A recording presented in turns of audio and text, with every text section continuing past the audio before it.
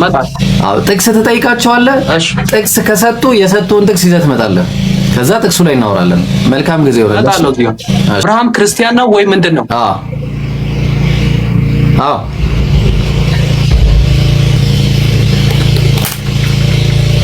በቃ ይሄንን ጠይቅና ከዛ ደግሞ እንገናኛለን። እሺ እሺ። መልካም ጊዜ ቢናዬ። ሰው እንዳትሰማ ግን እሺ። እኔ ለምሳሌ ሰው ጠየቅኳቸው። ሰው እንዳትሰማ ጥቅስ ብቻ ነው የምትፈልገው። ይኸውልህ ጥቅስ ብቻ። ያው እኔ ፎሎ አድርጌ ያለው ትመጣለህ። መልሱን ይዘህ የምትጠይቀው ጥቅስ ብቻ ነው።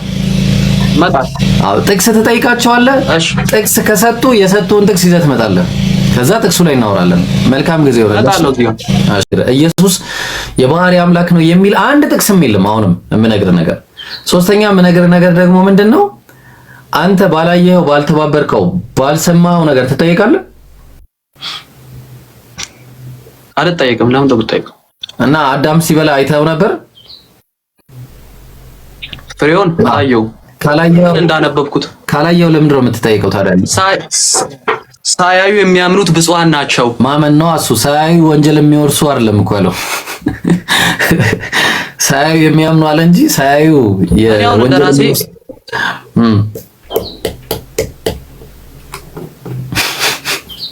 ለማንኛውም እነሱ ሲበሉ አላየሁም፣ ግን ከቃል ተረድቼ ለማንኛውም ማለት ነው ኢየሱስ ወንድ ልጅ ነው። ወንድ ልጅ አታምልክ፣ ፍጡር ነው፣ ፍጡር አታምልክ፣ የተፈጠረ አምላክ እንዳታመልክ። አምላክ ተብሎ የሚሰጡ በቃ ኢየሱስ አምላክ አይደለም። ባጭሩ ምነግርህ ነገር እንዳትበላ በኋላ ይኸውልህ እዛ ገሃነም ውስጥ ምናምን ገብተህ እንዳትጸጸት። በቃ ማድረግ ያለብህ ወንድ ልጅ እንዳታመልክ፣ ፍጡር እንዳታመልክ፣ ሰው እንዳታመልክ።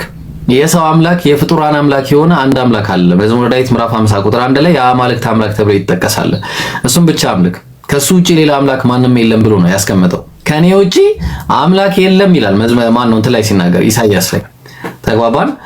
ስለዚህ ጣዖት አታምልክ። ከአምላክ ውጪ ያለ ነገር ሁሉ በአጠቃላይ ጣዖት ተብሎ ነው የሚታወቀው። ተግባባን? ስለዚህ ጣዖታትን ተው፣ አምላክን ብቻ አምልክ። ለዛ ነው ቁርአን ላይ አንድ አስተምሮ ልንገርህና መልእክቴን አስተላልፌ እናወራለን ኢንሻአላህ። ምን ይላል መሰለ? ወለቀድ በዐትና ፊ ኩሊ ኡመቲ ረሱላ፣ በእርግጥም በነቢያት ላይ በህዝቦች ሁሉ ላይ መልእክተኛ ልኬያለሁ አለ። የላከው ምንድነው? አን ያዕቡዱላህ ወጅተኒቡ ጣጉት፣ አላህን በብቸኝነት ተገዙ፣ ጣዖታትን ራቁ የሚል ነው። ተግባባን? በብቸኝነት አምላክን ተገዙ፣ ጣዖታትን ደግሞ ራቁ። ጣዖት ማለት ከአምላክ ውጭ ያለ ነገር ሰውም ቢሆን ተግባባን፣ ገውዛንም ቢሆኑ ቅጠልም ይሁን እንስሳትም ይሁኑ ቅዱሳንም ይሁኑ መላእክትም ይሁኑ ከነዚህ ውጪ ያለ ነገር በአጠቃላይ ምን ይባላል? ጣዖት በመባል ይታወቃል። ጣዖት ተግባባን? ኢየሱስንም ጨምሮ ከአምላክ ጋር ካመለከው ጣዖት አረከው ማለት ማርያምንም ጨምረ ካመለክ ነብዩ መሐመድንም ከጨመርክ ጣዖት ታረጋቸዋለህ። ማንኛውንም ሰው ቅዱሳንንም አጋንንትንም ማምለክ ከአላህ ጋር ካመለከው ጣዖት ታረጋዋለህ። ስለዚህ የነቢያት መንገድ የሆነውን እስልምናን እንድትቀበል እጠራለሁ። አላህ ስለጠራ ምን ይላል?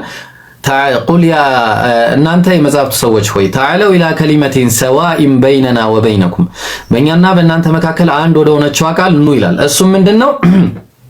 አላ ነዕቡደ ኢላላህ፣ ከአላህ ውጪ ምንም አይነትን አምላክ ላናመልክ፣ ወላ ኑሽሪከ ቢሂ ሸይአ፣ በሱ ላይ ምንም አጋር ላናረግና ላንይዝ፣ ወላ የተኺዘ በዕዱና በዕደን አርባበን ሚን ዱኒላህ፣ ከፊሎቻችንን ጌቶች አድርገን ላንይዝ በላቸው።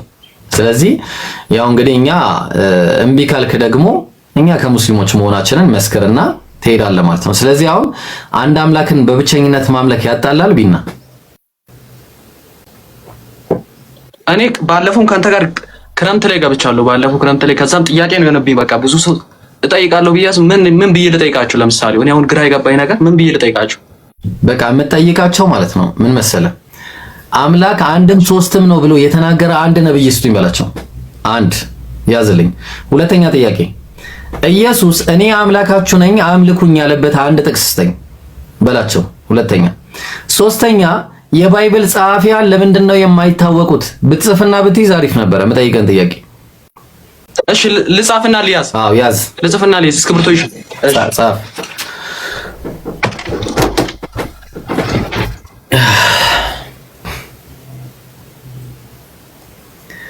وَإِذَا لَقُوا الَّذِينَ آمَنُوا قَالُوا آمَنَّا ወኢዛ ኸለው ኢላ ሸያጢን። እሺ በጣም ጥሩ። የመጀመሪያ ጥያቄ ኢየሱስ እኔ አምላካችሁ ነኝ አምልኩኝ ያለበት አንድ ጥቅስ ስጡኝ በላቸው። በግልጽ ኢየሱስ ራሱ የተናገረበትን ከወንጌል ነው። እሺ ደግሞ የምትላቸው ከወንጌል እኔ አምላካችሁ ነኝ አምልኩኝ ያለበት አንድ ጥቅስ ከወንጌል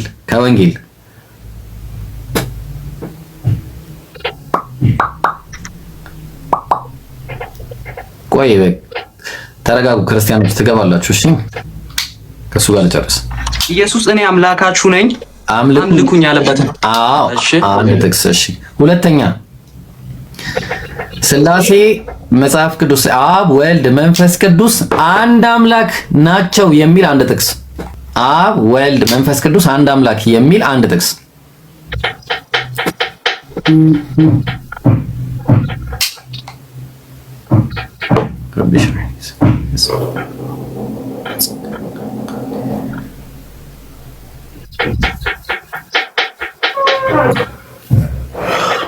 እሺ ሶስተኛ ደግሞ ምን ትይዛለህ መሰለ? የመጽሐፍ ቅዱስ ጸሐፊያን ለምንድን ነው የማይታወቁት? ለምሳሌ ትልና ትይዛለህ ዕብራውያን ጸሐፊ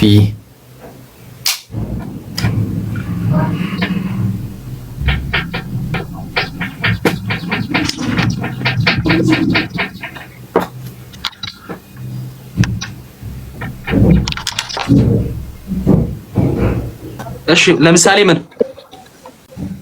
ለምሳሌ የዕብራውያን ጸሐፊ ዕብራውያንም ማን እንደጻፈው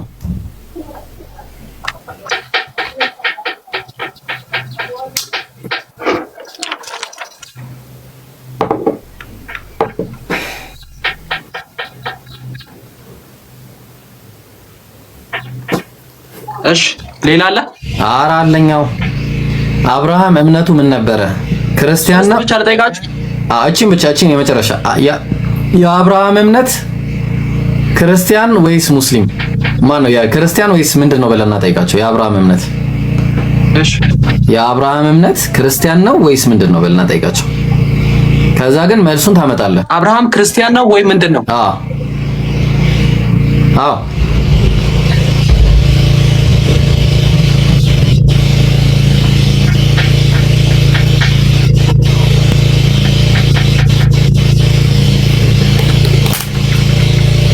በቃ ይሄንን ጠይቅና ከዛ ደግሞ እንገናኛለን። እሺ መልካም ጊዜ ቢናዬ።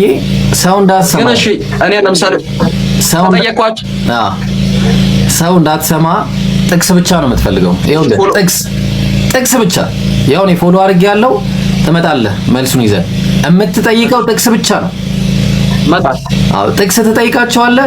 ጥቅስ ከሰጡ የሰጡን ጥቅስ ይዘህ ትመጣለህ። ከዛ ጥቅሱ ላይ እናወራለን። መልካም ጊዜ ይወራል። እሺ ፎሎ አረከኝ። እሺ በቃ ቴንክ አወርጊያለሁ መልሼ ይላል። እሺ ቻው። እሺ የት አላችሁ? ቅድም ክርስቲያኖች ካልገባን እያላችሁ ስታብዱ ነበራችሁ። ካልገባን ሞቼ ይገኛለሁ ምን በቃ እንደዚህ ልሆን ነው ምናምን ስትለው የነበራችሁ ክርስቲያኖች የት አላችሁ? የት ነው ያላችሁት? ናሽ ፍራውል ናገባ አስገቧቸው እስቲ። ክርስቲያን ብቻ ነው፣ ማንንም እንዳታስገቡ እሺ። ክርስቲያን ብቻ። የጥቃት ሰዓት ላይ ነው ያለነው አሁን፣ እንትን አይደለም። ክርስቲያን ብቻ ነው የምፈልገው። ክርስቲያን መግባት የምትፈልጉ ክርስቲያኖች በአጠቃላይ መግባት ትችላላችሁ። እሺ ኦኬ።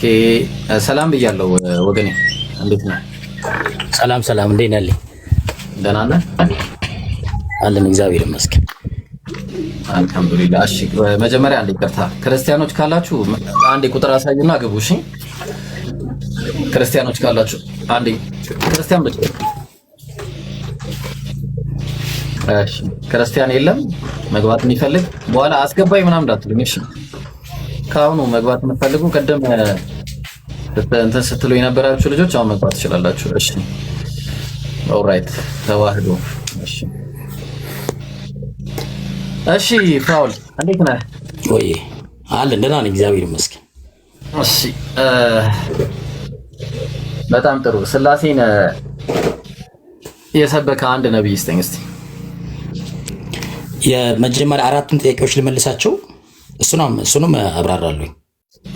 ትችላለህ። ልጁን ስጠይቃቸው የነበረውን አራቱን ጥያቄ እኮ ከሱ ውስጥ እኮ አንደኛው ይሄ አይደል እኮ በተራ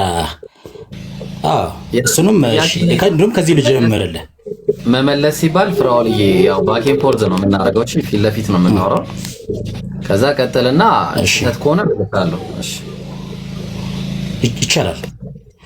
የመጀመሪያው ስላሴ በመጽሐፍ ቅዱስ ላይ ቃሉ ስላሴ የሚል ባይኖርም ግን ስላሴ የሚል የግዕዝ ቃል እንደሆነ ታውቃለህ? አይ እሱን ሶስት ማለት ነው ትርጉሙ። እሱን አልጠይቅም። ይሄን ደከማ አይደለም፣ እንደዚህ አይነት ጥያቄ አልጠይቅም። እኔ ስላሴ ሐሳቡ ካለ ንገረኝ እኮ። ሐሳቡን እኮ ነው የምነግርህ። ሐሳቡ በመጽሐፍ ቅዱሳችን ላይ በማቴዎስ ወንጌል ምዕራፍ 28 ላይ ከቁጥር 18 ጀምሮ እንየው አብረን። በአብ ወልድ በመንፈስ ቅዱስ ስም እያጠመቃችኋቸው ደቀ መዛሙርት ያርጓቸው ይላል። እኔ የጠየቁት አብ ወልድ መንፈስ ቅዱስ አንድ አምላክ የሚል ነው እኮ ይላል እኮ። ታዲያ አንበበው አይደለ? በአብ በወልድ በመንፈስ ቅዱስ አንድ አምላክ ስም ነው የሚለው። አንድ አምላክ። ኧረ ፍራኦል ኧረ እንደዛ አይልም። አንድ አምላክ ስም አይልም። ክርስቲያኖች ይታዘባሉ። እዚህ ጋር ያሉት ሁለቱ ራሱ ያጥፋል። አንድ አምላክ አይልም። በአብ በወልድ በመንፈስ ቅዱስ ይቅርታ፣ በአብ በወልድ በመንፈስ ቅዱስ ስም ስም የሚለው ሶስቱን ሳይሆን ስሞች አይልም፣ ስም ነው የሚለው። ስለዚህ ስሞች በጣም ጥሩ። ስለዚህ አሁን ለምሳሌ እነዚህ ሶስቱ ተዋህዶ የጌት ልጅ እና ፍራኦል ስሞች ከተባለ ሶስት ናቸው፣ ስም ከተባለ ግን አንድ ናቸው ነው እያልከኛለሁ። ኮንቴክስቱ እሱ ኮንቴክስቱን ስናነበው አብ ወልድ መንፈስ ቅዱስ ካለ በኋላ መናገር ያልነበረ ሶስቱ የተለያዩ ለማድረግ ግዴታ ስሞችን ማለት ነበረበት። ግን ማቴዎስ እያለን ያለው ምንድን ነው? እሺ ችግር የለም። ስለዚህ ሶስት ናቸው፣ አንድ ነው። ሌላው ደግሞ አንድ ኦሪት ዘፍጥረት ምዕራፍ 46 ቁጥር 8 ላይ ወደ ግብፅም የገቡት የእስራኤል ልጆች ስሞች ነው የሚለው። ስለዚህ አሁን ስሞች ስላለስ ሶስት ናቸው ማለት ነው አይደለ? የእስራኤል ልጆች እዚህ ጋር አሁን ኮንቴክስቱን ስናየው የእስራኤል ልጆች ስም ካለ እዛ ጋር ስለማን ነው የሚያወራው ብለህ መጠየቅ አለበት። ገብቶኛል። ስሞች ነው የሚለው እኔ ምንስ እሺ ፍራኦል ስሞች ስላለ ያው ሶስት ናቸው ማለት ነው አይደለ? ስም ቢል ኖሮ ግን አንድ ናቸው አይደለም። እዚህ ጋር እንዳገባብ እኮ ነው የምታነበው ኢብራሂም። ይኸውልህ እዚህ ጋር ለምሳሌ የእስራኤል ስሞች ካለ ከላይ ለማንኛውም ስም ነው የሚለው። ቆይ አይደለ አንተ የተማርክ ነህ እንድንግባባ። ይኸውልህ ኮንቴክስት የሚባል ነገር አለ አይደለ? ኮንቴክስት ማለት ስለማን ነው የሚያወራው? እዚህ ጋር የእስራኤል ልጆች ካሉ ስለ ሶስት ሳይሆን ስለ 12 ነው የሚያወራው ማለት ነው። እዛኛው ሲሆን ስለ 12 ያወራል። ገብቶሃል? ምክንያቱም የእስራኤል ልጆች 12 ዘር እንደሆነ ይታወቃል። እዚህ ጋር ደግሞ አብ ወልድ መንፈስ ቅዱስ መቼስ 12 አታደርገውም። ኮንቴክስቱ ስለ ሶስቱ ነው የሚያወራው። ስለዚህ ሶስቱን ስለ ቁጥር ነው ብራዘር፣ 12 ምናምን አለ። ስለ ቁጥር ነው እያወራን ያለ ነው። ቁጥር የእስራኤል ነገዶች ስንት ናቸው? የእስራኤል ነገዶች ካለ 12 ነገዶች ይሆናሉ። ተዋህዶ ላወርድ ነው። ተመለስ። እሺ ውረድ። እንደዚህ ሪፖርት አታርጉ እየመጣችሁ ቤታችን። እሺ ያው የእስራኤል ነገዶች 12 ናቸው። ኢየሱስ አብ ወልድ መንፈስ ቅዱስም 3 ናቸው። እነዚህም 3 ናቸው፣ እነዛም 12 ናቸው። አሁን ጥያቄው ምንድነው?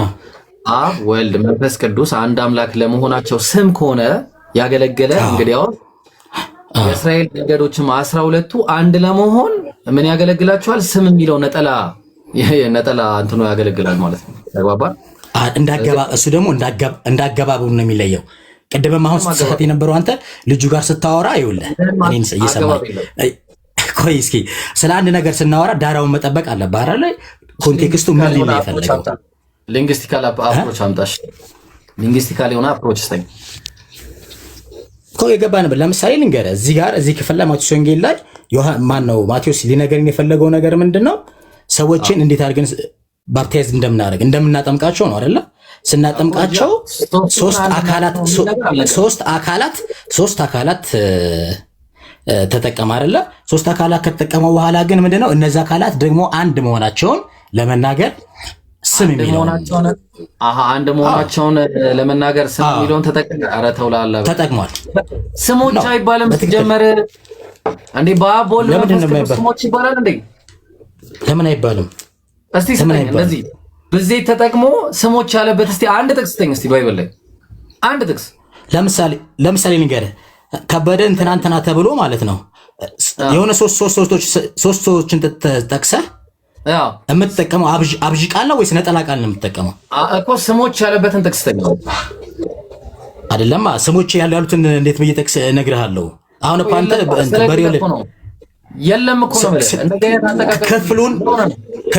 ክፍሉን እንዳብራራለ ነው እንጂ መጠየቅ ያለብህ ኢብራሂም፣ ክፍሉን እንዳብራራለ ነው እንጂ የቋንቋ ጉዳይ ነው። ቋንቋ ጉዳይ ላይ ስናወራ ስም የሚለው ነገር ይኸውልህ፣ በኤልያስ በሰሟን በፍራኦል ስም አካውንት ከፈትኩኝ ማለት ምን ማለት ነው? ምን ማለት ነው? ማለት በኤልያስ በሰሟን በፍራኦል ስም አካውንት ከፈትኩ ማለት ምን ማለት ነው? በቃ በሶስቱ ሰው አካውንት ከፈትኩ። ሌላ ምን ትርጉም ሊኖረው ይችላል? እኮ አንድ ነን ማለት ነው በእኛ እንደዚህ ስላልኩኝ። ይኸውልህ አሁን እኮ ልዩነቱ ምን መሰለህ? እኛ ዮሐንስ ሊል ከፈለገው ነገር ተነስተን ነው። ገብቶሃል አይደለ? አላ ብለህ ሊል ከፈለገው ተነስተን ዮሐንስ ምንም ሊል ፈልጎ አይደለም። ማነው ማቴዎስ ምንም ሊል ፈልጎ አይደለም። ሁለተኛ ጌታችን ኢየሱስ ጌታችን ኢየሱስ ክርስቶስ በተጠመቀበት ጊዜ ከሰማይ ድምፅ መጣ ይላል አይደለ? ትክክል። የምወደው ልጄ ይህ ነው እሱን ስሙት አለ። መንፈስ ቅዱስ በእርግብ አምሳያ ወረደ። ሁለተኛው የሥላሴ ማረጋገጫ። አረ ብራዘር እንዲህ ምን ሆነ ነው? አብ ወልድ መንፈስ ቅዱስ አንድ አምላክ መሆናቸው የሚያሳይ እኮ ነው የጠቀስኩ። እኔ አሁን የጠየቅኩ እሱን ነበር። አንተ ያመጣው አብ አለ። አብ ተናጋሪ ነው። አብ የተናገረው ምንድነው? የምወደው ልጄ ይህ ነው አለ። ስለዚህ መንፈስ ቅዱስ ደግሞ በእርግብ አምሳል መጣ። ምንድነው መንፈስ ቅዱስ ሲባል ሐዋርያት ሥራ ምዕራፍ 10 ቁጥር 38 ላይ እግዚአብሔርም የናዝሬቱን ኢየሱስ በመንፈስ ቅዱስ በኃይልም ቀባዋል። እግዚአብሔር ቀቢ ነው። ስንት እግዚአብሔር አለ? ምን ነበረ? አንደኛ ጢሞቴዎስ ምዕራፍ 2 ቁጥር 5 ላይ አንድ እግዚአብሔር አለና አለ። በእግዚአብሔርና በሰው መካከል ያለ መካከለኛ አንድ አለ፣ እሱም ደማን ክራይስት ጂሰስ አለ። ተግባባን? ኢየሱስ ሰው ነው። ስለዚህ ይህንን ሰው ደግሞ የሚቀበው ሰው ብቻ አይደለም ኢየሱስ። እሺ ምንድን ነው ሰው ብቻ ካልሆነ? መለኮትም ነው። ስጠኝ ማስረጃ። በጣም ጥሩ። ኢየሱስ ክርስቶስ መለኮት ለመሆኑ ብዙ ማስረጃ እሰጥሃለሁ። አንደኛው ዮሐንስ ወንጌል ምዕራፍ 13 ቁጥር 13 ላይ ኢየሱስ ጌታና መምህር ትሉኛላችሁ እንዲሁ ነኝ አለ። ስለዚህ ኢየሱስ ደግሞ ጌታ ያደረገው ማን ነው ብለን ስንል ሐዋርያት ሥራ ምዕራፍ 2 ቁጥር 36 ላይ እናንተ የሰቀላችሁትን ኢየሱስን እግዚአብሔር ጌታም ክርስቶስም እንዳደረገው ይላል። የእስራኤል ወገን ሁሉ በእርግጥ ያውቃል። ስለዚህ ኢየሱስ ጌትነቱ ከአምላክ የተገኘ ነው። ምንም እንትን የሚል ነገር የለውም። ተመለስ ፍራውል ወደዚህ ኢብሮ ሰላም አለይኩም። ወአለይኩም ሰላም ሐቢቢ አማን ነው። አልሐምዱሊላህ አለን የሆነች ስራ ስለ ወርድ ነበርና አንድ ፖይንት እንትን ቪዲዮ ስለፖስትኩኝ አንዴ በደንብ ሼር እንዲያደርጉልኝ ነበር። ትንሽ ቆይቼ እመጣለሁ ኢንሻአላህ። እናመሻለን ኢንሻአላህ። እሺ ሰሞን ቆይ ተከታተል ማለት ነው። ኧረ ቆይ አንዴ ፍራውል አልጨረሰም። አንዴ ቆይ ይቅርታ። አንዴ ደግሞ መልእክት ላስተላልፍ። እሺ ከይቅርታ ጋር ኤላ ቪዲዮ ለቋል። የለቀቀውን ቪዲዮ ገቡና ሁላችሁም ሼር፣ ኮፒ ሊንክ፣ ሪፖስት፣ ኮሜንት አድርጉለት ያጀማ። እሺ ሁላችሁም እየገባችሁ እና ደግሞ ፎሎ አድርጉት። ኤላን ጎበዝ ወንድማችን ነው። እሺ ፍራውልዬ ሰሞን ሚዩት አድርገሽ እንድንሰማ ከሱ ጋር። እሺ ፍራውል አሁን ምን መሰለ ኢየሱስ አምላክ ለመሆኑ ያመጣው ጌታ የሚል ቃል ነው እና ጌትነቱ ደግሞ የባህሪ ሳይሆን የጸጋ መሆኑን ያገኘ ነው። የኢየሱስ ጌትነት ሐዋርያት ሥራ ላይ ሲናገር የጸጋ መሆኑን እሺ ሐዋርያት ሥራ ምዕራፍ 2 ቁጥር 36 አንብቦ። እሺ ችግር የለም። እሱ ኮንቴክስቱ ስለሌላ ነው የሚናገረው። ሌላ ክፍል ግን አምላክ መሆኑን የሚያረጋግጥ ልንገር። አሁን የገለጥከው ቃል ስለሱ አይደለም ያው። ለምሳሌ ቆላስይስ ምዕራፍ 2 ላይ ቆላስይስ ምዕራፍ 2 እሺ ቁጥር 8 ቁጥር 9 ላይ ቁጥር 9 እሺ አንብበው። ምን እንዳለ መሰለህ እንደ ክርስቶስ ትምህርት ሳይሆን እንደ ሰው እንደ ሰው ወገንና እንደ ዓለማዊ እንደ መጀመሪያ ትምህርት ባለ በፍልስፍና ቁጥር 9 ላይ ልቀጥልልህ እኮ ነው። በፍልስፍና መታለል ማንም እንዳይማርካችሁ ተጠንቀቋል። ከዛ በኋላ በእርሱ የመለኮት ሙላት ሁሉ በሰውነቱ ተገልጦ ይኖራል አለ። በእርሱ እርሱ የተባለው ማን ነው? ኢየሱስ። የኢየሱስ አካል ማን ነው? በስጋው ማለት በኢየሱስ ክርስቶስ በምድር ላይ በአካሉ ስጋው ነው። ይሄ ቦዲ ስለ ቦዲ ነው የሚያወራው ነው። ቆላሲያስ ማስረጃ እንዳልሆነ እኮ ልሰጥ ነው። ቆላሲያስ ምዕራፍ እዛው አንድ ላይ ቁጥር 18 ላይ እና 19 ላይ እንዲህ ይላል ከቅዱሳን ሁሉ ጋር ተስፋነቱን ማነው ስፋቱን ርዝመቱን ከፍታውንም ጥልቀቱን ምን ያህል ኤፌሶን ማለት ነው። ኤፌሶን ነው ቆላሲያስ ኤፌሶን ላይ እመጣላለሁ ገና አለ። ከዛ ከመታወቅም የሚያስፈልግ የክርስቶስ ፍቅር ለማወቅ ትበረቱ ዘንድ እስከ እግዚአብሔርም ፍጹም ሙላት ደርሳችሁ ትሞሉ ዘንድ አለ። አሁን የሚሞሉት ምንድነው ከተባለ የእግዚአብሔር ሙላት ነው። አንተ ሰውዬ ወደዚህ ተመለስ። እሺ ምን አለ? የእግዚአብሔር ሙላት ማለት ምንድነው? እስቲ እንመጣለን። ቆይ ምንድነው የእግዚአብሔር ሙላት ማለት? ምንድነው የሚሞላው? እየጠየቀኝ ነው እኔን? አዎ እየጠየኩ ነው። በየትኛው አሁን ባነበብከው ኮንቴክስት ነው? አዎ እዚህ ጋር ሐዋርያው ጳውሎስ የሚጸልይላቸው እስከ መለኮት ሙላት ማለት እግዚአብሔር ለሰዎች ልጆች ያካፈለው መለኮታዊ ባህሪዎች አሉ። ስለዚህ እነዛ ልኮች የእግዚአብሔር ባህሪ መለኮታዊ ባህሪ የእግዚአብሔር ባህሪ የሚከታተል ነው ወይስ ሙሉ ነው የተሞሉት? እግዚአብሔር ባህሪውን ሼር አድርጎናል አይደለ ለልጆቹ። ስለዚህ ያንን ባህሪ በመኖር ተገንጥሎ ነው የእግዚአብሔር ባህሪ ወይስ ሳይገነጠል ነው ሙላቱ የተሞላው? እንዴ እግዚአብሔር ሙሉነቱ እንዴት ለሰው ልጆች ሊያካፍል ይችላል? እግዚአብሔር የማያካፍለው ባህሪ አለ፣ የሚያካፍለው ባህሪ አለ። የእግዚአብሔር ባህሪ የሚገነጣጠል ነው አንዱ ከሌላው? ጥያቄን እንትን አድርገው ኢብራሂም፣ መለኮት ይገነጣጠላል ማለት ሳይሆን እግዚአብሔር ለሰው ልጆች ያካፈለው ባህሪ ሙሉን አይደለም። ፍቅሩን አካፍሏል። እግዚአብሔር ባህሪ ከፊሉ ተገንጥሎ ነው ለሰው ልጆች የተካፈለው ማለት ነው። ኮሚኒኬብል እና ኢንኮሚኒኬብል ይባላል። የሚያጋራቸው አለ፣ የማያጋራቸው ባህሪ አለ። እግዚአብሔር እኮ ገባኝ፣ ይገነጣጠላል ማለት ነው ባጭሩ። ከፊሉ ተገንጥሎ መገንጠል ሳይሆን የማያጋራቸው ናቸው። እንደዚህ ብለን እንረዳው። የማያጋራቸው ሼር የማያደርጋቸው ሳይገነጠል እንዴት ነው ይሄ ነው? እንዲህ ስትል ምን ማለት ነው ብለህ ብትጠይቀኝ ይሻላል። እንዲህ ብለህ ማለት ስትፈልግ ምን ማለት ነው ብለህ ብትጠይቀኝ ይሻላል። ኧረ ቆይ እባካችሁ። ወአለይኩም ሰላም። አንድ ጊዜ ሰው እያወራ ነው። ቆይ አንድ ሸገር ያንስ። እሺ ማለት እሺ፣ ቀጥል። የሚያጋራቸው ለምሳሌ እግዚአብሔር ፍቅሩን፣ ቸርነቱን፣ መልካምነቱን እነዚህ ነገሮች ስላጋራ እነዚህን ባህሪዎች እስክትሞሉ ድረስ አሁን ጥቂት ነገሮች በህይወታችን ተገልጠውብን ሊሆን ይችላሉ። ነገር ግን በሙላት እንደዚህ እንዲገለጠባችሁ ነው ሐዋርያው ጳውሎስ እየጸለየ ያለው። ኢየሱስ ክርስቶስ አይደለ? ግን እዚህ ጋር ኢየሱስ ክርስቶስ ላይ ግን ሲናገር የመለኮት ሙላት አለ።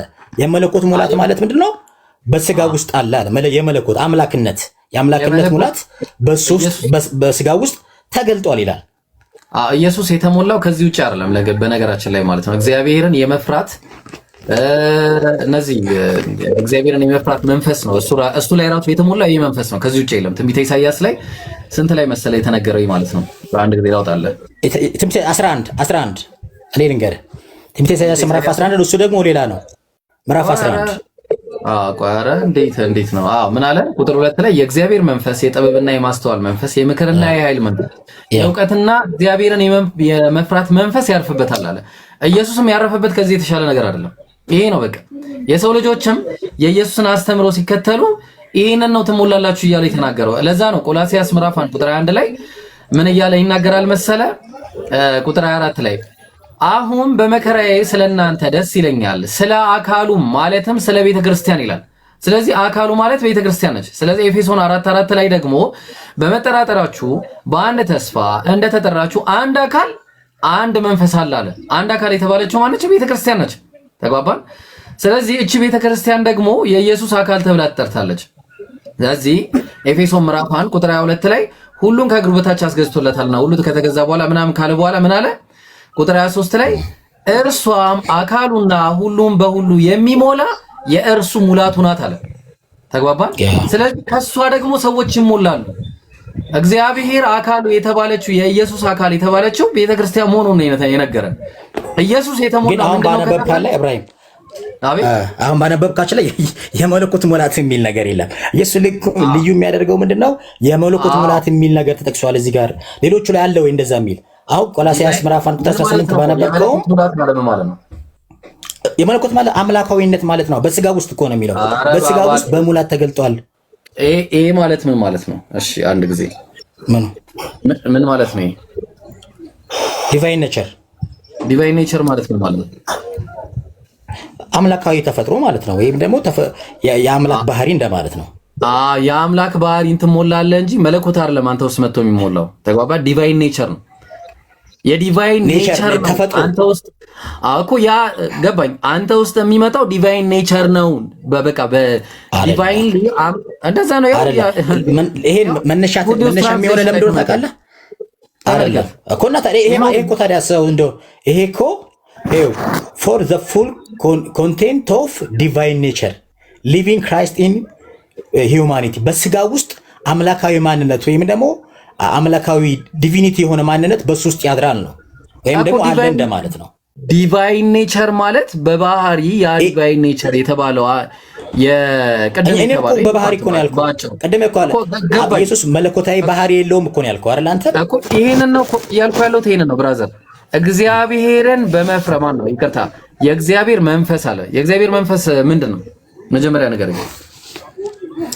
እግዚአብሔር መንፈስ ማለት መንፈስ ቅዱስ ነው። በጣም ጥሩ። ይሄ እግዚአብሔር መንፈስ ስላሴ አንዱ አካል የሆነው የጥበብና የማስተዋል መንፈስ አለ። የምክርና የኃይል መንፈስ አየው ሲብራራ። የእውቀትና እግዚአብሔርን የመፍራት መንፈስ ያርፍበታል አለ። ማን ላይ ነው የሚያርፈው? ኢየሱስ። ማን ላይ ነው የሚያርፈው? ይሄን ተሞልቷል ወይስ አልተሞላም? ኢየሱስ ተሞልቷል። በቃ ይሄን የተሞላው ይሄን ነው። እሺ ዲቫይን ኔቸር ሲባል መንፈስ ቅዱስ መጥቶ የሚሞላው ኖ ኮንቴክስቱ እንደሱ በጭራሽ አይልም። አሁን እንዳልኩህ አይደለም። ከዚህ ውጭ ምንም የለም። ከዛ ውጭ አሁን እኮ አንዱን የጠቀስኩት ሌሎችንም አሁን ሌሎቹንም ልጥቀስልህ። ሌላው ኢየሱስ ክርስቶስ በምድር ላይ በነበሩበት ጊዜ መለኮታዊ ማንነቶች ተገልጠውበታል። ለምሳሌ ስግደትን እንደመቀበል፣ ኃጢአትን ይቅር እንደማለት። እስቲ የቱን ነው? እስቲ አንድ ጥቅስ ተኝ። እስቲ ምን የትኛው ነው? እስቲ ኃጢአትን ይቅር ያለበት ተኝ። እስቲ እኔ ልስጥህ። ማርቆስ ወንጌል ምዕራፍ 2 ቁጥር 5 ማርቆስ ወንጌል ምዕራፍ 2 ቁጥር 5 አንብብልን እስቲ።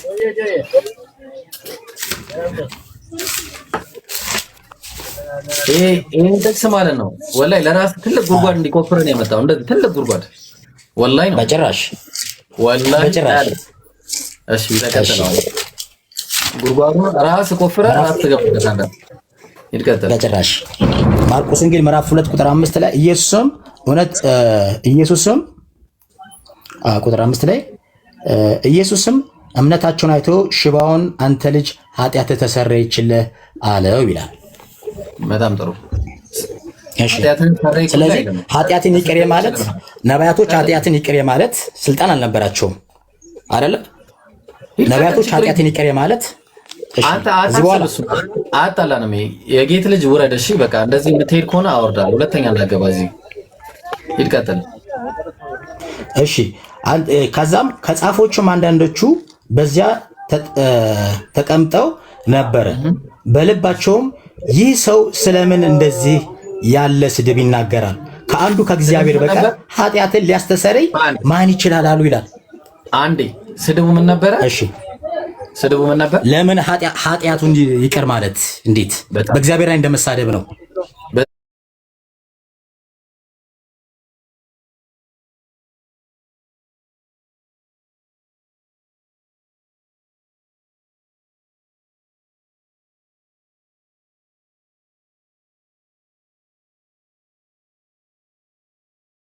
በልባቸው እንዲህ እንዳሰቡ በመንፈሱ አውቆ እንዲህ አላቸው፣ በልባችሁ ይህን ስለምን ታስባላችሁ? ሽባውን ኃጢአት ተሰረየችልህ። ቆይ በልባቸው ምን ነበር ያሰቡት? ለምን ይሳደባል የሚለውም ማለት ነው። እሱ ስድቡ ምን ነበር? ኃጢአትህ ለምን ተሰረየችልህ ወይም ኃጢአትን ለምን አስተሰረህ የሚል። በጣም ጀግና። እሺ አሁን ይህንን ጥቅስ ትይዝና ማለት ነው እዚህ ጋር ይህንን ራሱ ማቴዎስ 9 ላይ ቆይ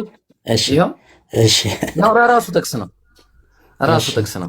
እነሆ ከዛፎች አንዳንዶቹ በልባቸው ይህስ ይሳደባል አሉ። ኢየሱስም ሐሳባቸውን አውቆ ሐሳባቸው ምን ነበረ ብለናል? ኢየሱስ እንዴት አምላክ ነኝ ይላል ብሎ ማሰቡ ነው። ልብ አድርግ።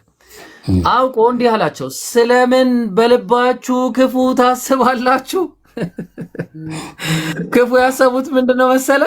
ይሄ ክፋት ኢየሱስ እንዴት አምላክ ነኝ ይላል ብለው ማሰባቸው በጭራሽ ይሄ ሚስ ኮንቴክስት ነው አይደለም።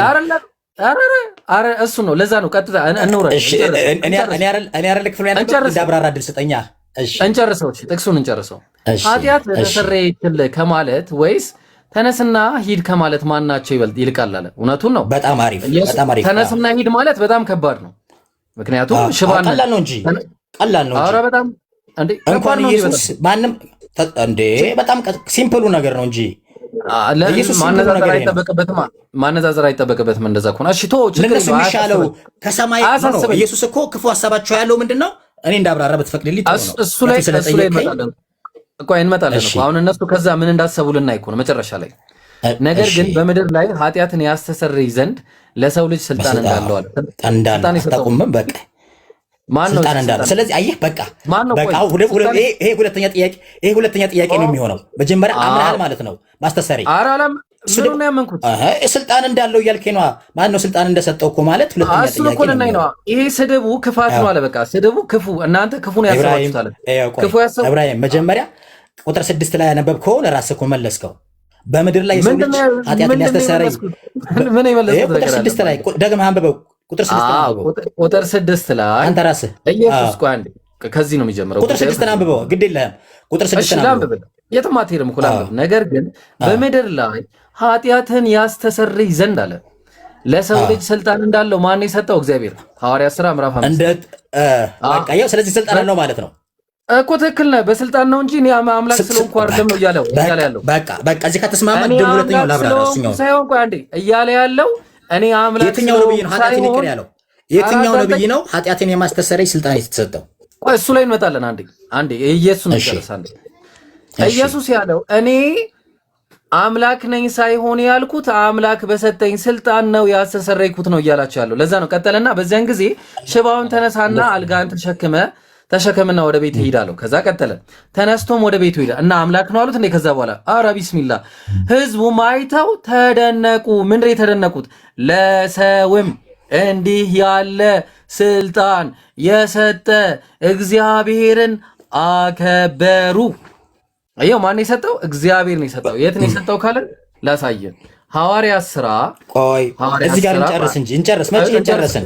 አሬና ጨረስን በባከህ እመለስ ነው ይሄንን መጀመሪያ ነው አይደለም። አንዱ ሳንጨርስ እንዴት ብለን እኮ ስልጣኑን ነው አንድ ጊዜ ስልጣን የሰጠበትን ቦታ ነው ያለ ነው ጠይቀኸኝ እኔማ ካለመለስኩ ይሄ አይሆንም። አብራይ አይ ተቆይ ብቻ ያወራልኝ ወላሂ ልመለስ ነው እመለሳለሁ። እናያለን የመጀመሪያው ጠይቀህ ለመለስንማ እሱን ጨርሰን ይሻላል እኮ አይተን እንሄዳለን። ኧረ ተው እንዴ ምን ሆናችሁ ነው? ፍራኦል እንዴ ምን ሆነ? ተረጋጋ እንጂ ባይብል እኮ ነው የከፈትኩ ቁርአን አይደለም። እናንተ በእንጨት ላይ ሰቅላችሁ የገደላችሁትን ኢየሱስን የአባቶቻችን አምላክ አስነሳው አለ። ይህን አለ ኢየሱስን እግዚአብሔር ለእስራኤል ንስሐን የኃጢአትም ስርየት ይሰጥ ዘንድ ምንድነው የሰጠው? የኃጢአት ስርየት ይሰጥ ዘንድ ራስም መድኃኒትም አድርጎ በቀኙ ከፍ አድርጓል። እሺ ማን ነው ስልጣን የሰጠው ለኢየሱስ? ማን ስልጣን የሰጠው? አንተ መልስልኝ ራስህ። አይ ለምን መልሳለሁ? አንተ በገባህ።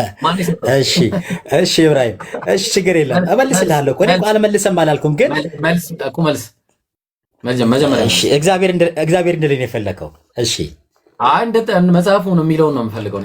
እኔ መጀመሪያ እኔ ኮንቴክስት ጠብቄ መናገር የምፈልገው የፈለከው ስልጣን የሰጠው ማለት ነው እግዚአብሔር። አሁን አላሁ አክበር አሁን በቃ ጨረስን። ኢየሱስ እግዚአብሔር አይደለም የሰጠው እግዚአብሔር ነው። አለቀ። ስድቡ ነው መጨረሻ አላልኩም። ኖ ራስ ጠይቀህ ኖ አሁን እኮ ችግሩ ምንድነው?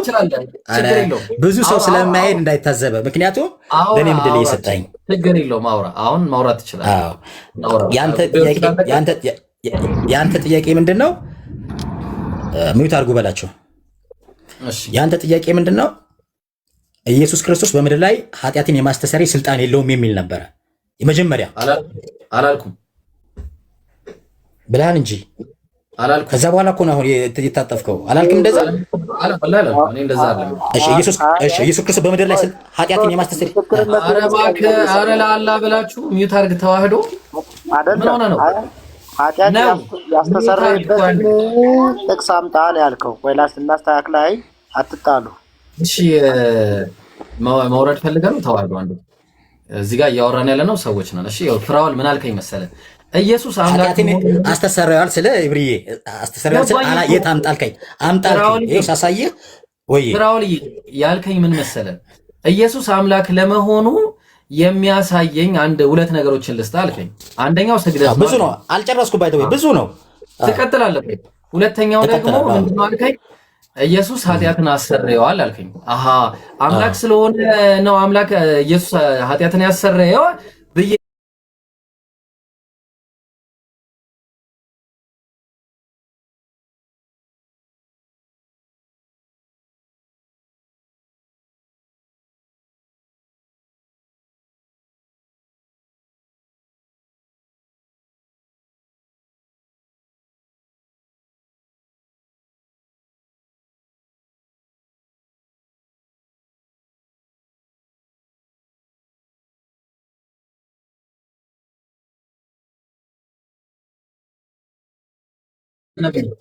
እሺ እንደ ነብይ ይቀበሉት ነበር እንትኖች።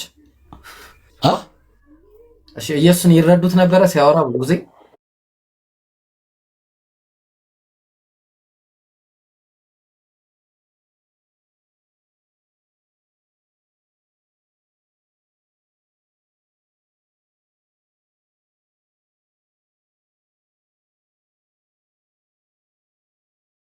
እግዚአብሔር ልጅ ነህ አለ አይደል ጴጥሮስ አይልም። ስለዚህ ይሄን እናንብበዋ እንዴው እናንብቦሽ ላሳየህ። እንደው ማርቆስ 16 ላይ ማን ነው ማቴዎስ? መጀመሪያ የተጻፈው የማን ነው? የትኛው ወንጌል ነው? በማቴዎስ 16 ላይ ነው መጀመሪያ የተጻፈው የትኛው ወንጌል ነው?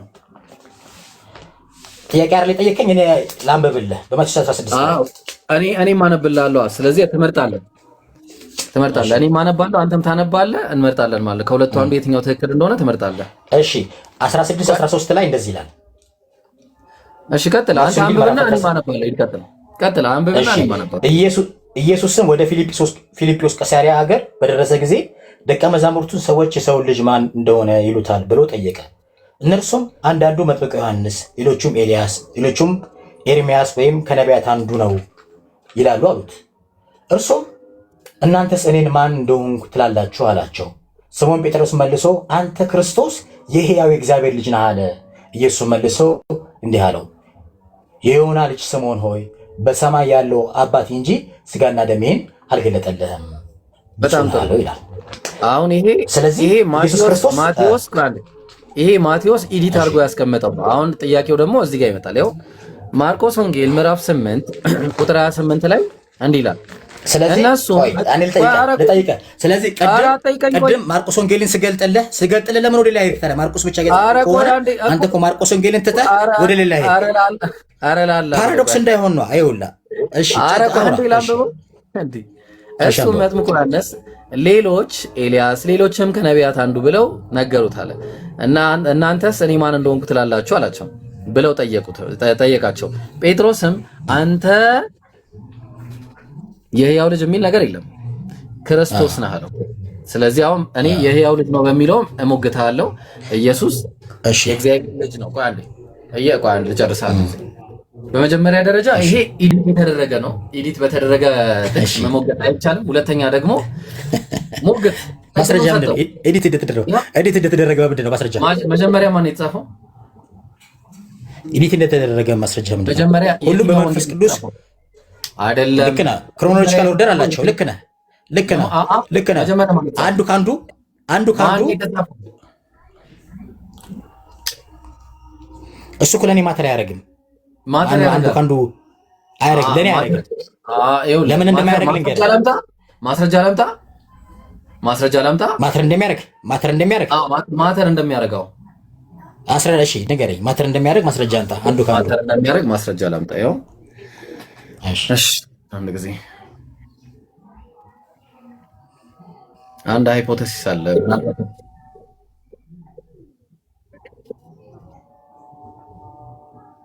ማን እያወራ ያለው? እሺ አንዴ ተረጋጋ። ቆይ ታወራለህ፣ ላስጨርሰው አንዴ። እሺ ወገናችን ማን እንደሆን ካላቅም ያወራው ማን ያወራው ግን ምን ሆነ ነው? ታዲያ መልኩት አንድ ጊዜ ቁጥር 8 ራእይ 2 ቁጥር 8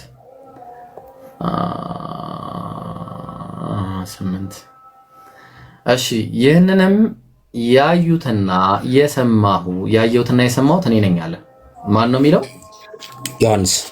ዮሐንስ ማለት ምንድነው? ያየውና የሰማው እናያለን በኋላ። የሰማሁትንና ማን ነው? በሰማሁትና ባየሁትም ጊዜ ይህንን ባሳየኝ በመልአኩም እግር ፊት እንድሰግድ ዘንድ ተደፋው አለ። በማን ፊት? በመልአኩ ዘንድ። መልአኩ ማን ነው ታዲያ? ገብርኤል ነው። እና ገብርኤል አምላክ ነው? ጨርሰው አላለቀም እኮ ክፍሉን ጨርሰው። ገብርኤል አምላክ ነው ወይ?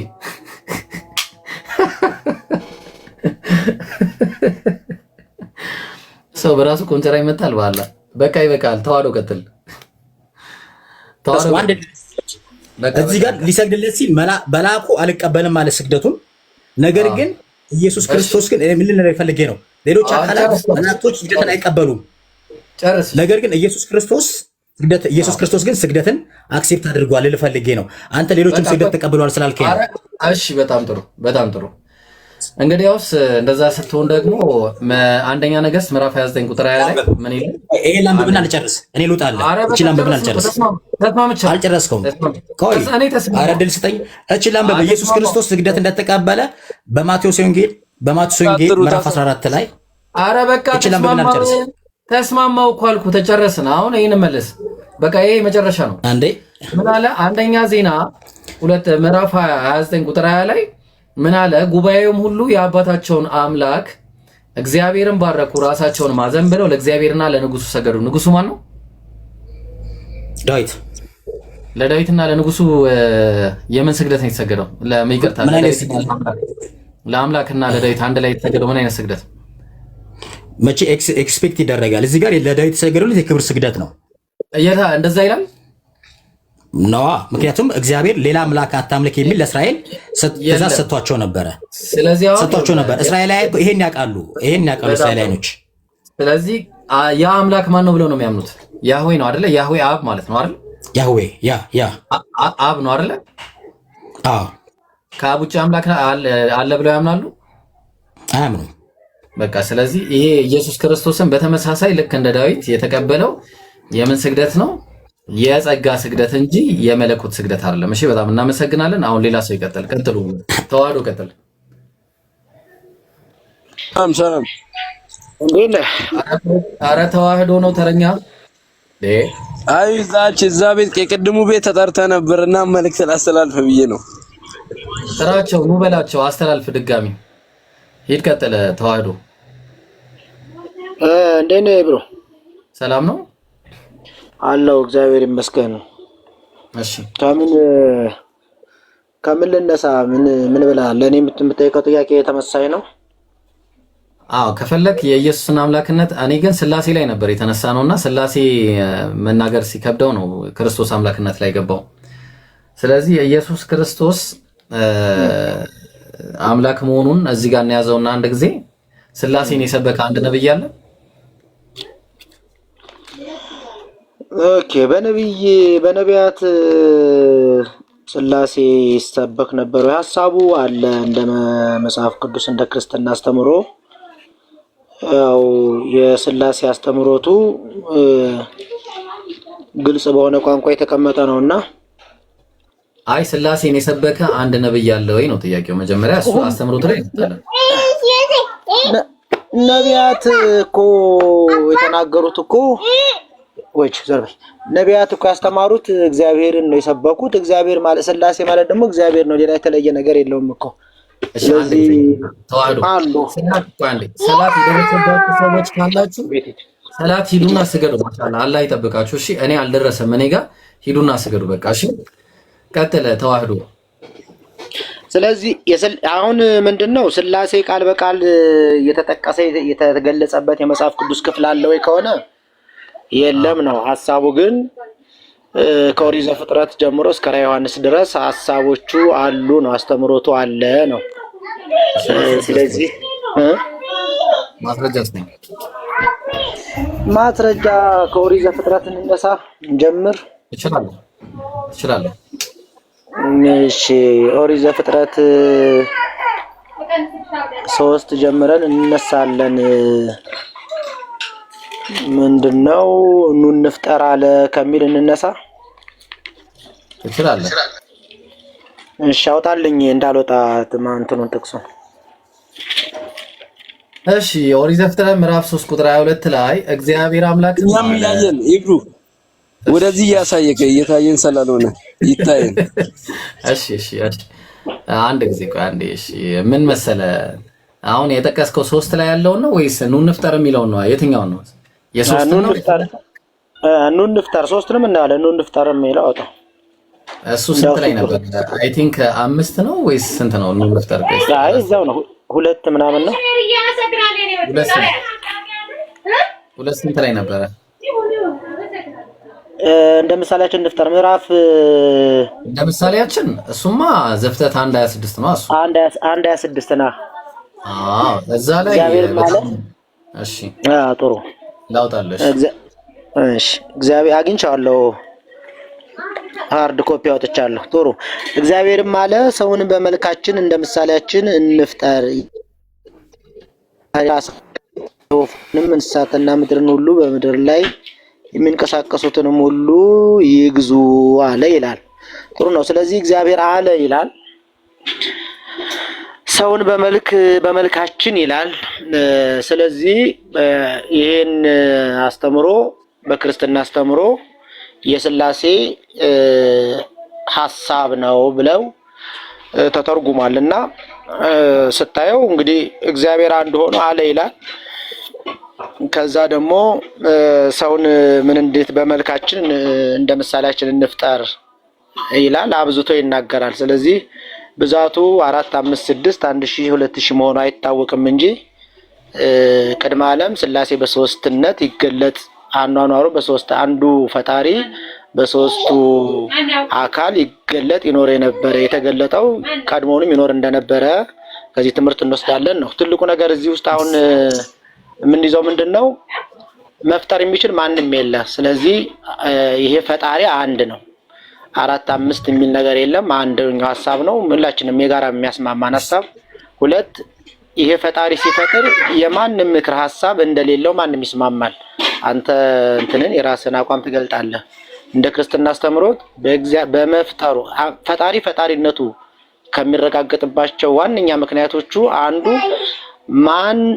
ፈጣሪ መሆኑ ነው። ፈጣሪ ማለት ያልነበረን ወደ መኖር ያመጣ ነው። ይሄ ደግሞ አንድ ነው።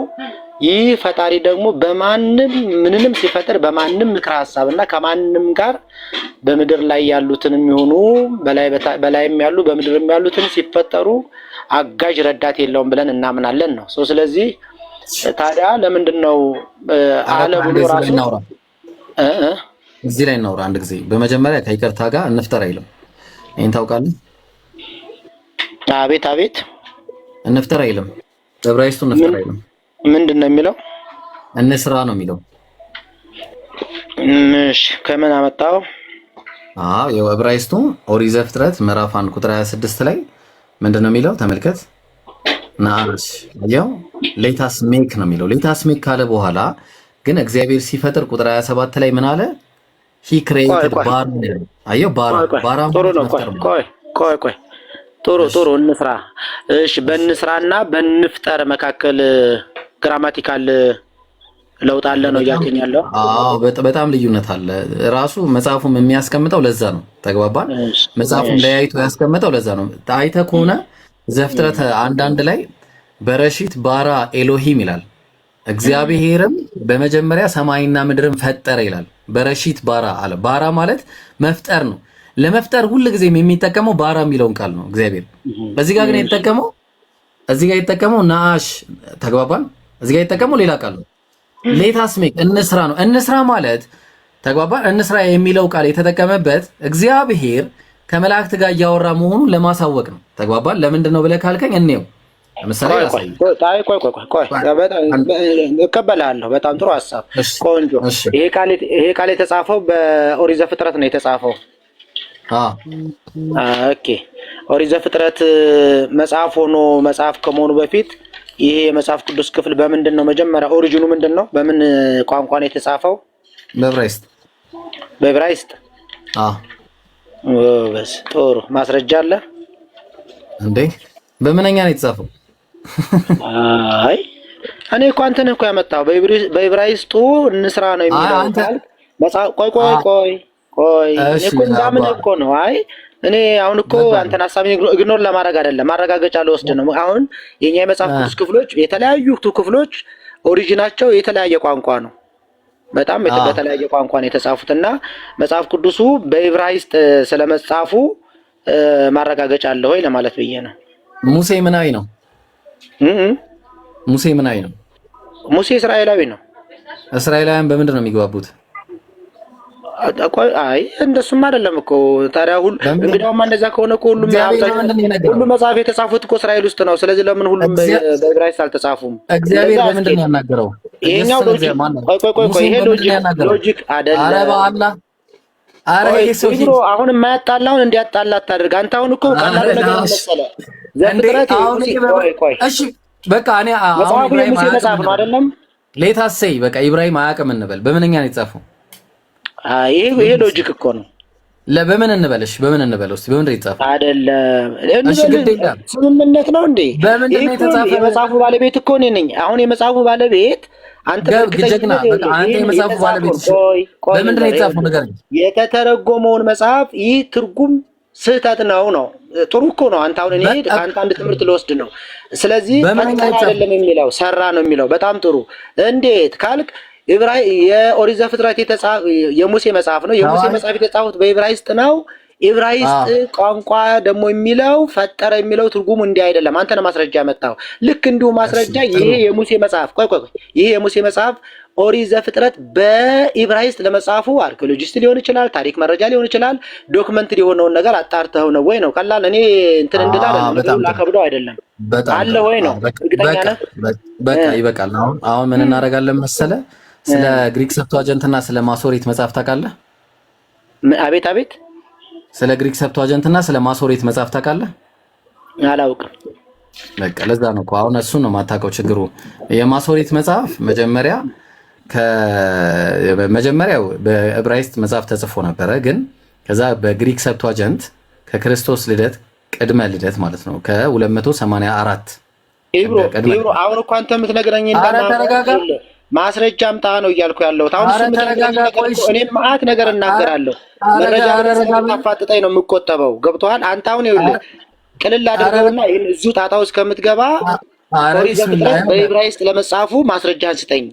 ካልሆነ ደግሞ ይሄ ነው መስሎኝ ነው ብለህ እለፈው። ኧረ ተረጋጋ አላህ ብለህ ተዋህዶ እንዴ!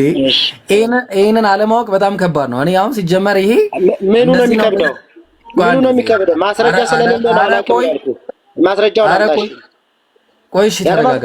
ያለ ማስረጃ ከሆነ ይኸውልህ እንትን ነው የሚሆነው። ይሄ ምንም ማስረጃ ምናምን አሁን ሀገር ያወቀው ምንም የሚባል ነገር እኮ የለውም። አሁን አንተ የምታወራው ነገር አንተ መጽሐፍቶች እንዴት እንደሚበረዙ ጠንቅቄ የማውቅ ሰው ነኝ። ይኸውልህ አንተ አሁን የምታወራኝ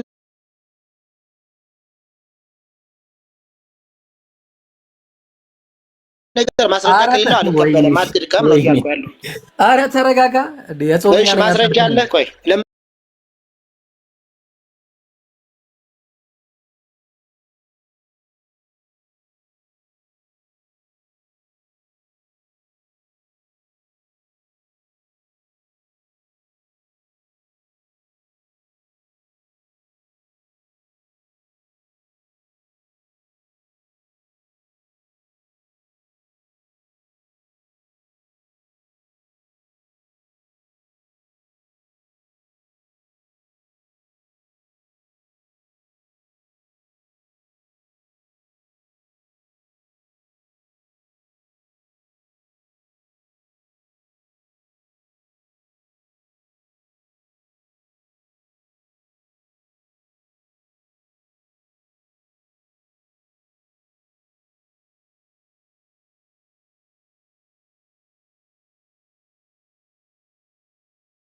ጀመር አዛን ሲል ብድግ ብዬ ተነስቼ ነው የምሄደው። እሺ አንተን አትበሉ ተው። እሺ የት አለ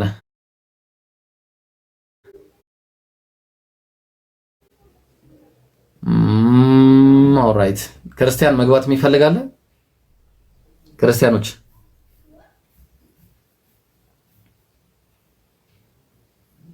ጾመኛ ነኝ አይባልም። ነብዩ ሰለላሁ ዐለይሂ ወሰለም ወይን ሳበሁ አሐዱናል አንድ ሰው ከሰደበው ፈልየቁል ኢኒ ምሩኡን ሳኢም እኔ ጾመኛ ነኝ ይበላሉ። እሺ ጾመኛ ነኝ ይባላል ብራዘር። እሺ አይ ዶንት ኖ ሰላም ነው። ሰላም ነው። እንዴት ነህ?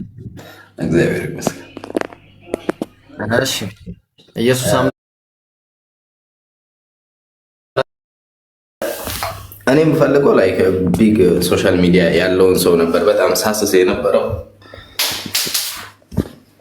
ምንድነው ሀሳብ? በምን ጉዳይ ነው? እሺ አመሰግናለሁ። አጠር አድርጌ ነው የምነግርህ። 20 ሰከንድ መጀመሪያ ሀሳቡን ብቻ ነገረኝ። ምንም 1 ሰከንድ እንደዚህ ነው ሀሳቡ በለኝ። ስለ ዱባይ ስላሉ ሰዎች። ኦኬ አይ ይቅርታ፣ በጣም ይቅርታ። እኔ እንደዚህ አይነት ነገር አሁን የማስተናገድበት ሁኔታ ላይ አይደለም። በጣም ይቅርታ። እሺ ኦልራይት። እሺ ክርስቲያን አይ ያውራ አይደለም። እኔ ቤት እንደዚህ አይነት ነገር አላስወራም ከይቅርታ ጋር። እሺ እኔ ቤቴ የፖለቲካ ቤት አይደለም ወይ ደግሞ የምናምን እንደዚህ አይነት ቤት። በጣም ይቅርታ። እሺ ማኔ አይ ዶንት ኖ፣ በጣም ይቅርታ። እኔ ስለ ሀገር ስለ ምናምን ይሄ ስለ እንደዚህ አይነት ነገር እንዲሆነች ኢራን እንዲሆነች ዱባይ እንዲሆነች እስራኤል እንዲሆነች አይመለከተኝም። እኔ ስራ እየሰራሁ ያለሁት ሃይማኖታዊ ጉዳይ ነው። አይ እና ነገሩን ነው ማለት ፖለቲካልም ሆነ ፖለቲካልም አልሆነም እኔ አልፈልግም እንደዚህ አይነት ነገር። እሱም ደግሞ it's about humanity. okay it's okay I don't care ችግር የለውም። እኔ አይመቸኝም እንደዚህ አይነት ነገር። ከደሙ ነፃ ነን። የቄሳርን ለቄሳር ብሏል። ለተጠቅዳለሁ ዴቪድ አረ ምንድነው ጠቅልለ ምን እሺ ነው ማለት ደህና ነህ? ጥቅል መግዛት ሲያቅተኝ እጠቀልላለሁ። አንዴ እኔ አልጠቀልልልህም እንዴ የስኳር እንትን መሸጫ ምናምን አንተ ምን አሳሰበ? እቺ ሻሚዝሽን ተጠቀሚበት። ጠቅለል አድርገሽ ጀት ሰርተሽ ምናምን ነገር ተጮችባት እንደዚህ ምናምን ማለት ነው። የዛኔ አንተ ተንጠልጥለህ ትሄድበታለህ። አይደለም እሷንም ጠቀልልልሻለሁ። ያረባክ እንዴት ነው መጠቀልለው? እየዞርክ እንደዚህ ለጥቅል አገልግሎት ነው። በዚህ አጋጣሚ ግን ስለ ጥቅል ስናወራ ማለት ነው አንድ በጣም የሚገርም ጥቅል እንትን ላይ ማለት ነውና የአካል ጉዳተኛ በአረቁም ነገር የሚገርም ጥቅል ላስነብብ። ምን መሰለህ አካል ጉዳተኛ ወላሂ ቁም ነገር ስለ አካል ጉዳተኛ ጥቅል ላሳይ አንድ ጊዜ። በጣም የሚገርም ጥቅል። እኔ እንዲህ አይነት ጥቅል በህይወቴ ነው አይቼ የማላውቀው። የሚገርም በህይወቴ ለምሳሌ ዶንት ፓኒክ። እሺ ግን ምን አለ መሰለህ እግዚአብሔር ነው ያለውና ዘፍጥረት ዘሌዋውያን እግዚአብሔር ጥቅሉ ያው እውር አንካሳ ጥቅሉን ተመልከት። አፍንጫ ደፍጣጣ ጥርፍ አካል ያለው አረቋ እንደ እግረ ሰባራ ጎባጣ ድንቅ አይነ መጭማጫ አከካም ቋቁቻም ጃንደረባ ነውረኛ ሁሉ አይቅረባለ። ጥቅሉ እግዚአብሔር ቤት እነዚህ ጥቅሎች አይቀርቡም እንዳትመጡ አለ። እኔ ቤት እንዳትመጡ ለምን ቁጥራ ነገር ግን ነውረኛ ነውና መቅደሶቼ እንዳያረክስ ወደ መጋረጃው አይግባ ይላል እግዚአብሔር። የሚገርም ጥቅል አይደል ታዲያ? አንተ ማለት ነው እኔ ማለት ነው የራሴ የሆነ ጥቅል ያለ ሰው ነህ። እውነት እኔ የቴሌ ጥቅል ትነግረኛለህ ብዬ ሰማ የራስህን ጥቅል ትነግረኛለህ እንዴ? ግርም ያለ ጥቅል አለ እንዴ? እግዚአብሔር እኔ ቤት እንዳትመጡ ካለኮ ይሄን የመሰለ ጥቅል እኮ ጭራሽ የለም እኮ። የሚገርም ሌላ የሚገርም የሚያስብል ጥቅል ደግሞ ላሳየ። ኧረ ይሄኛውን ጥቅልማ ጥለ ነው የምትወጣው በእርግጠኝነት ሳሳይ። ዘዳግም 23 1 ላይ ነውና ተመልከት። ኦሪት ዘዳግም ምዕራፍ 23 ቁጥር 1 ደስ ጥቅሉን በአንተ ነው የሚያምረው ስታነበው። የእግዚአብሔር ቃል ነው።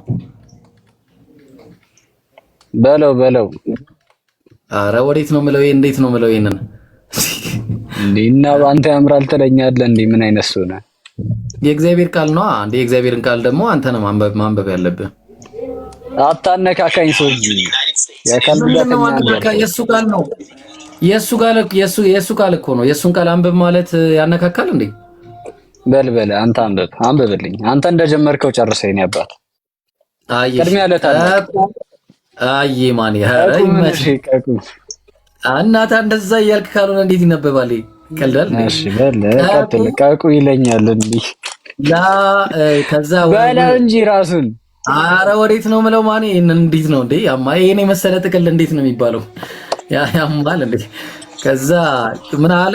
የተቀጠቀጠ ምንድነው የምታዩት? አርፋችሁ ታፕታፕ ስማ፣ የተቀጠቀጠ ብልቱም የተቆረጠ ወደ እግዚአብሔር ጉባኤ ይግባል እንዴ? ጥያቄ ዴቪድ፣ የእግዚአብሔር ጉባኤ ስትገባ እና እኔ ላይ ነው የምገባው? አንተ ቆይ እስኪ ወይ እና አገባም በለው። ከተቀጠቀጠ አንተም አገባም በለው።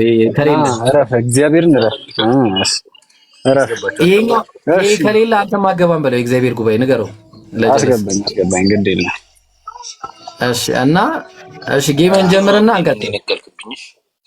ኧረ ምን ጉባኤ የእግዚአብሔር ጉባኤ እነዚህ ሰዎች አይገቡም። ብልቱ የተቀጠቀጠ ይሄ ምናምን የተቆረጠበት ምናምን እንዳገቡ ተብሎ ተናግሯል። ያው ኦሪት ዘዳግም ምዕራፍ 23 ቁጥር 1። እስቲ አንብቢልን። እስቲ ማን ነው የሚያነብልን?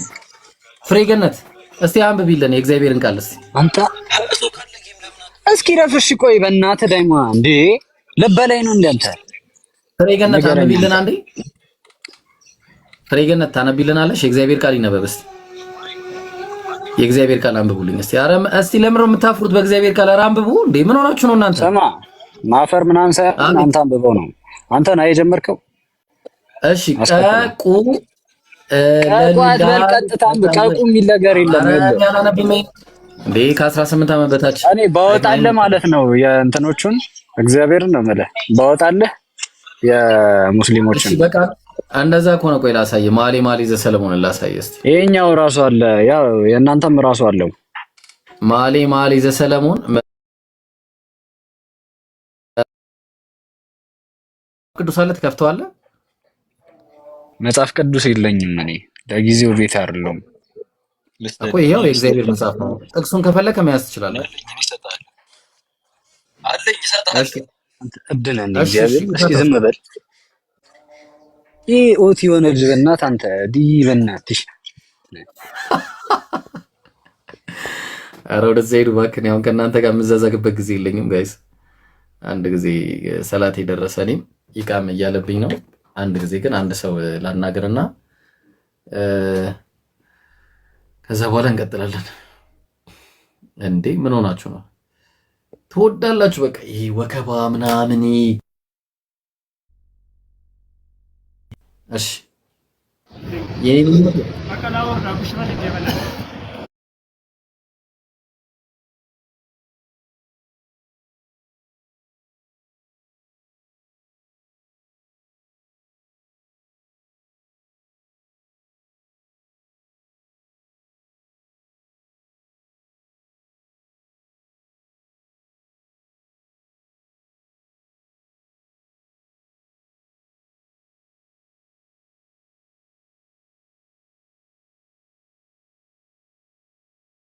ስለ መንፈስ ቅዱስ በኋላ እናወራለን። ከአምላክም የሚሰጥ ለሰው ልጅ መንፈስ ቅዱስ አለ። መንፈስ ቅዱስ ደግሞ አምላክ ነው። እሺ በጣም ጥሩ። እንዲህ እናደርጋለን ማለት ነው። እሺ የታለ መሰለ የጌት ልጅ ናግባ ደን ደን ደን ደን ደን። እሺ የጌት ልጅ እንዴት ነህ?